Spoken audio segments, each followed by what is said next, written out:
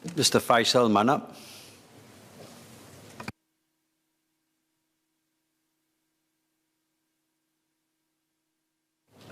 You can take the next rostrum.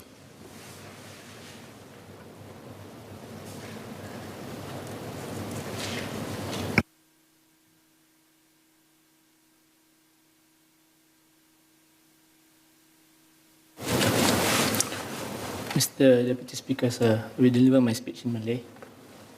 Tuan, saya menyokong undang-undang pindahan ini. Dalam ucapan yang ringkas ini, saya ingin memberi pandangan, meminta penjelasan serta menyuarakan keprihatinan mengenai beberapa perkara yang terkandung dalam rang undang-undang pindahan ini. Selain itu, saya akan menyentuh sedikit tentang Seksyen 139 AMLAH iaitu berkenaan doktrin palsu. Walaupun ia tidak ada kaitan dengan rang undang-undang pindahan ini, namun memandangkan perkara ini adalah penting dan demi kebaikan masyarakat Islam Singapura, saya ketengahkan perkara ini dengan harapan agar satu perubahan dapat dilakukan pada seksyen ini pada masa mendatang. Tuan, adalah lumrah apabila berlaku situasi yang mencabar atau menekan perubahan pada suatu norma diperlukan agar aktiviti-aktiviti kehidupan seharian dapat diteruskan. Kita dapat melihat semasa awal pandemik COVID-19, ramai bakal suami isteri yang telah membuat rancangan untuk mengadakan upacara akad nikah dan majlis walimatul urus terjejas disebabkan pelaksanaan undang-undang kawalan COVID-19 yang dilakukan demi menjaga keselamatan dan kesejahteraan masyarakat Singapura. Walaupun banyak rintangan yang dihadapi oleh ramai pasangan bakal suami isteri dalam masa 2 tahun kebelakangan ini, namun mereka akur tentang perlunya kawalan-kawalan ketat dan dengan tabah dan kesabaran mereka menghadapi rintangan demi meneruskan membina mahligai mereka. Saya ingin mengucapkan syabas kepada pasangan-pasangan ini kerana berjaya mengharungi segala ujian dan tahniah di atas rumah tangga yang dibina. Saya doakan semoga rumah tangga yang dibina berkekalan hingga ke syurga. Tuan, saya menyokong usaha untuk digitalisasikan proses mahkamah syariah. Walau bagaimanapun, saya ingin menyuarakan keprihatinan terhadap impak negatif yang tidak diingini yang boleh berlaku. Adalah sifat manusia, keringkasan dan kemudahan dalam menjalani suatu proses boleh mempengaruhi penilaian semasa membuat suatu keputusan. Keprihatinan saya adalah kemudahan akses bagi proses mahkamah syariah menerusi digitalisasi boleh mempengaruhi penilaian pihak-pihak yang ingin bercerai. Contohnya, berpandukan pengalaman saya dalam menjalankan sesi kaunseling kes-kes rujukan mahkamah pada masa lalu, proses penceraian yang mengambil masa yang lebih sedikit kadang-kala dapat memberi pihak suami isteri yang ingin berpisah lebih ruang dan masa untuk membuat penilaian yang lebih mendalam sebelum membuat keputusan yang mutakhir untuk berpisah. Ini adalah kerana ada setengah pasangan suami isteri yang membuat keputusan secara terburu-buru untuk berpisah tanpa berfikir dengan lebih lanjut kerana mereka amat tertekan kerana dibelenggu perasaan marah dan kecewa. Dengan memudahkan proses mahkamah syariah melalui proses digitalisasi, iaitu kemudahan dengan hanya menekan butang at the click of a button, faktor kemudahan ini boleh melenyapkan ruang dan masa tambahan yang mungkin membolehkan pihak yang ingin bercerai membuat penilaian yang lebih mendalam. Namun demikian, saya akui mempermudahkan proses-proses mahkamah dengan saluran digital mendatangkan manfaat bagi kes-kes penceraian yang harus diselesaikan dengan secepatnya. Antaranya adalah kes penceraian talak 3 dan juga kes yang mempunyai unsur-unsur keganasan rumah tangga, di mana penceraian mungkin adalah jalan keluar yang sebaiknya.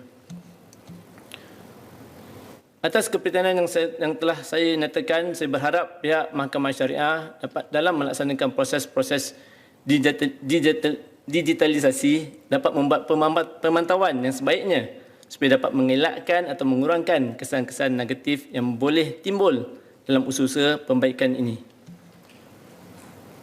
Tuan, keprihatinan tentang impak negatif yang tidak diingini dalam melaksanakan proses digitalisasi juga disuarakan melalui konsultasi awam yang diadakan oleh pihak MCCY pada bulan Ogos dan September 2021.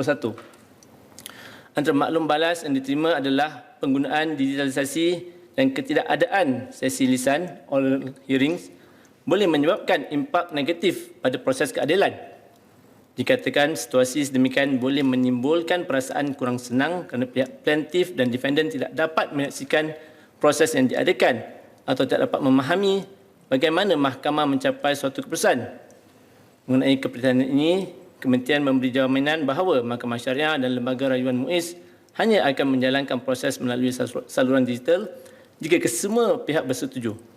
Pada masa yang sama, ditekankan juga bahawa saluran digital bukanlah untuk menggantikan cara-cara yang sedia ada.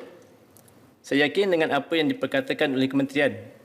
Di sini, saya cuma ingin mengulangi agar pihak Mahkamah Syariah, Lembaga Rayuan MUIS dan pejabat pernikahan melakukan pemantauan dan mengambil langkah-langkah yang sepatutnya agar tidak akan timbul atau sekurang-kurangnya dapat memastikan kemungkinan berlakunya kesan negatif yang tidak diingini yang mungkin timbul dalam melaksanakan langkah-langkah digitalisasi ini hanya pada tahap serendah mungkin.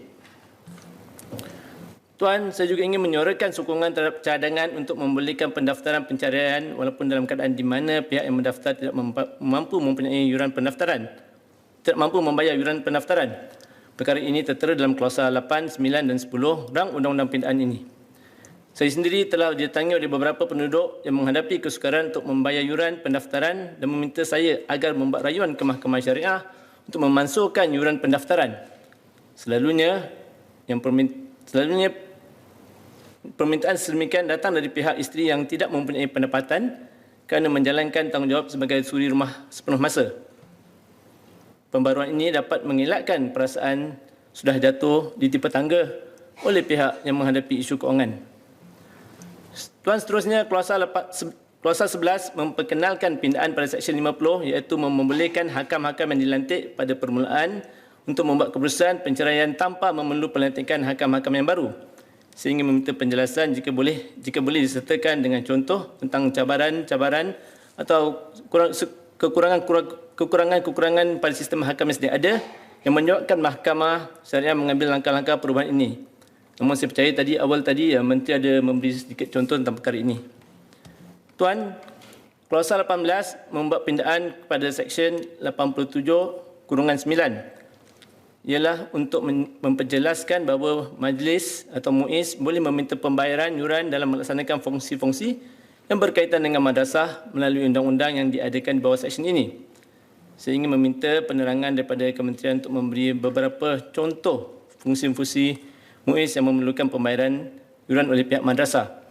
Dalam perkara ini, saya harap jumlah yuran yang dikenakan jika ada dan jika perlu tidak memberatkan pihak madrasah. Di sini, Tuan, saya ingin mengisytiharkan bahawa saya mempunyai seorang anak yang menghadiri madrasah sepenuh masa. Perkara terakhir yang saya ingin sentuh adalah mengenai Seksyen 139 iaitu mengenai doktrin palsu.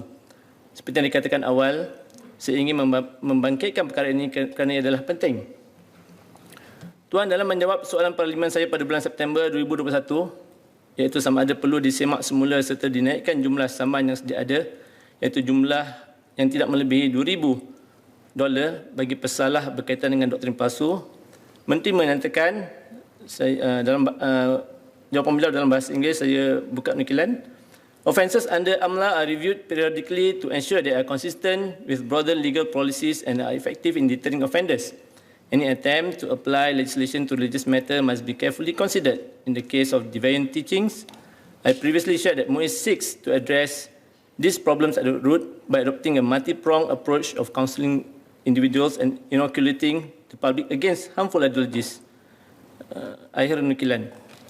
Saya setuju dengan pendekatan menangani masalah berkaitan ajaran sesat pada pucuknya menerusi kaedah seperti khidmat kaunseling dan pendekatan pendidikan kepada masyarakat terhadap bahayanya ideologi-ideologi yang sedemikian. Bagaimanapun, saya berpendapat jika hukuman bagi pesalah diperberatkan lagi, ia berkemungkinan boleh menjadi satu faktor pencegahan dan sekaligus memperkuatkan lagi usaha-usaha pembanterasan dan juga pencegahan yang sedang ada. Saya harap cadangan ini dapat dipertimbangkan sekali lagi. Dengan ini, Tuan, saya akhiri ucapan dengan sekali lagi menyuarakan sokongan saya pada rang undang-undang pindaan ini. Terima kasih, Tuan.